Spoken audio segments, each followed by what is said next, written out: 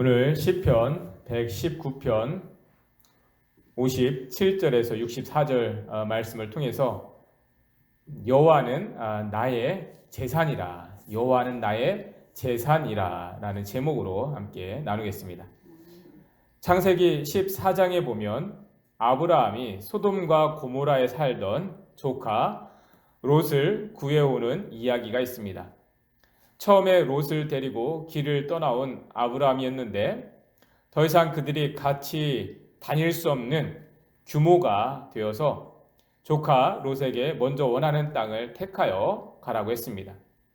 그래서 롯이 그 지역에서 가장 좋은 곳으로 여호와의 동산과 같아 보였던 소돔과 고모라로 가게 되었습니다. 그런데 그곳에 전쟁이 있게 되어서 소돔과 고모라가 약탈을 당하고 롯도 잡혀가게 되었던 것입니다. 아브라함이 그 소식을 듣고 집에서 길리고 훈련된 318명의 종들을 거느리고 쫓아가서 조카 롯뿐만 아니라 소돔 왕이 빼앗겼던 모든 것을 되찾아왔습니다. 소돔 왕은 아브라함에게 사람만 내게 돌려보내고 모든 물품은 다 가지라고 하였습니다. 그런데 아브라함은 말하길 네가 나를 치부하게 하였다 할까요? 실 오라기 하나도 취하지 않겠다고 이야기를 합니다. 지금도 그렇지만 당시에는 더욱 싸움에서 이기고 지는 것은 모든 것을 얻거나 모든 것을 잃는 일이었습니다. 당연히 아브라함은 이긴 자로서 모든 것을 가질 자격이 있었습니다.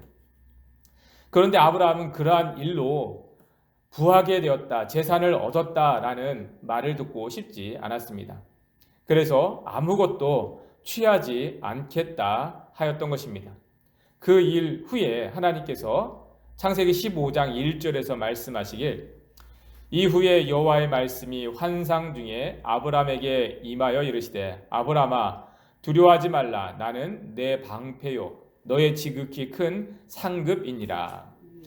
이 말씀은 하나님께서 아브라함을 어떻게 복되게 하셨는지 또한 아브라함의 믿음을 본받게 된 모든 사람들에게 주어지는 복이 무엇인지를 분명하게 하신 것이었습니다.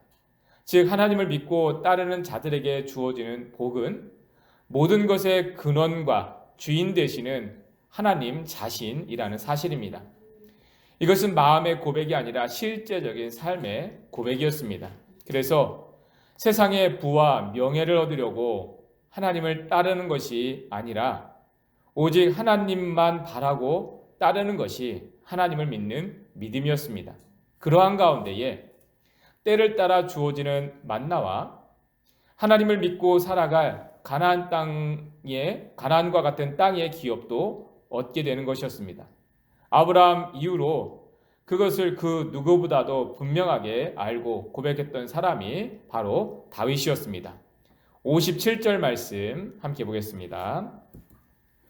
여호와는 나의 분깃이니 나는 주의 말씀을 지키리라 하였나이다. 다윗은 어려서부터 아버지의 양을 지키는 목동이었지만 자기의 몫이 무엇인지 모를 정도로 존재감이 없었습니다.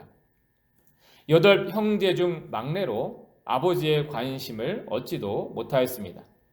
그래서 사무엘이 새로운 왕을 세우려고 찾아와서 이새에게 아들들을 불러오라고 했을 때에 다윗은 부르지도 않았습니다. 이후에 다윗이 명예와 권세를 얻게 되었지만 그것마저도 한순간에 다 잃어버리게 되었습니다. 오히려 이전에 아버지의 집에 있을 때보다 더 어렵게 되어 마음 편하게 머리 둘 곳이 하나 없게 되었습니다. 그러한 가운데 다윗이 경험하게 된 것이 하나님이 그의 그의 분깃이 되어주신 일이었습니다. 세상에서는 그의 몫이 하나도 없게 되어졌을 때 하나님께서 친히 그 누구도 빼앗을 수 없는 다윗의 몫이 되어주셨던 것입니다. 그래서 여호와는 나의 분깃이라는 것은 내게 주어진 유산, 나의 몫은 나의 재산은 오직 하나님이시라는 실제적인 고백이었습니다. 하나님께서 우리에게 다른 그 무엇을 주실 것이 없어서 그런 것이 아닙니다. 그 사랑하는 자들에게 하나님은 최고의 것을 주시고 싶으신데 그것이 바로 자신을 어떠한 몫으로, 분깃으로, 유산으로 삼게 하신 것입니다. 그래서 하나님은 스스로가 믿고 따르는 자들에게 상급이요, 기업이요, 분깃이라 말씀하고 계신 것입니다. 그와 같이 하나님께서 우리의 기업과 분깃인 것을 아는 가운데에 우리가 힘써 하게 되는 것이 하나님의 말씀을 붙드는 것입니다.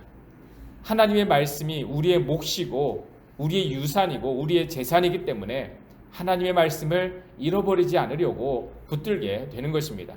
60절 말씀 함께 보겠습니다. 60절입니다. 주의 계명을 지키기에 신속히 하고 지체하지 아니하였나이다. 우리가 이 땅에서 기업이라 생각하는 것을 얻으려고 또한 그것을 지켜내려고 힘쓰게 됩니다.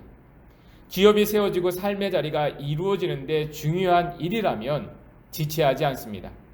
여러분, 하나님을 분깃으로 삼는다는 것이 그와 같습니다. 그 분깃이 실제적이 되게 하는 하나님의 말씀을 붙드는 일에 힘쓰게 되는 것입니다. 하나님의 말씀을 이루는 일에 지체하지 않는 것입니다. 그 일에 본이 된 사람이 아브라함이요 다윗이었습니다. 하나님의 말씀을 따라 사는 일에 씨름했고 말씀하신 일을 순종하는 일에는 지체하지 않았습니다. 그 과정 속에서 눈앞에 유익을 내려놓아야 할 때가 있었고 심지어 이 땅에서 가장 중요한 기업이라고 하는 자녀도 포기해야 할 때도 있었습니다. 그러나 결국에 하나님을 기업으로 삼은 자의 삶이 어떠한지를 보여준 것이 아브라함과 다윗이었습니다. 그리고 그 본을 따르는 것이 다른 사람들이 예수님의 제자들과 성도들이었습니다. 오늘날 우리의 신앙의 어려움은 하나님을 믿는 믿음과 우리 현실의 삶이 별개로 되어져 버린 것입니다. 믿음이 마음의 바램 정도에 머물고 실제적인 삶으로 나타나지 않는 것입니다. 하나님을 소망으로 삼았다고 하면서도 실제적으로 세워지기를 원하는 것은 이 땅의 소망인 경우가 많은 것입니다. 그러한 가운데 우리가 실제적으로 하나님의 말씀을 붙들고 사는 일에 힘쓰지 못하고 다른 것을 세워가느라 우리의 마음은 더 분주해지고 또 그것에 대한 여러 가지 염려와 근심에 사로잡히게 되는 일들이 많은 것입니다. 여러분, 우리는 하나님이 우리의 분깃이 되어 주셨다는 그 의미를 잘 알고 있습니까? 하나님께서 우리의 소유가 되어 주셨다. 우리의 재산이 되어 주셨다는 것입니다. 여러분, 그것이 얼마나 놀라운 사건인지 우리는 헤아리고 있습니까? 여러분, 그 의미를 우리가 비록 다 헤아릴 수 없을지라도 하나님께서 우리의 몫으로 자신을 내어주셨다는 것, 그것이 예수 그리스도께서 이 땅에 우리에게 찾아오신 그 놀라운 사건 아니었습니까? 하나님께서 자기 자신을 내어주심으로 말미암아 우리가 이 땅에서는 얻을 수 없는 생명을 얻게 하셨고 또 이 땅에서는 세워질 수 없는 하나님의 나라가 세워지게 하신 것입니다. 여러분, 우리가 그 분깃이 세워지는 놀라운 은혜를 누릴 수 있기를 바랍니다.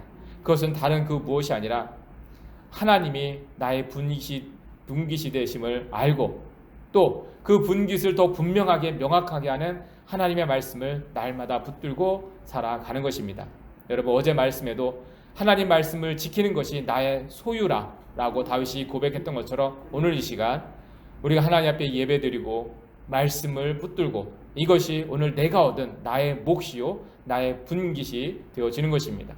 그러한 귀한 믿음의 고백을 가지고 하나님 안에서 또 점점 또 넓혀지고 많아지는 그러한 하나님의 그러한 허락하시는 분깃이 우리 삶의 자리 가운데 가득하게 되는 저와 여러분들 되시기를 주님의 이름으로 축원합니다.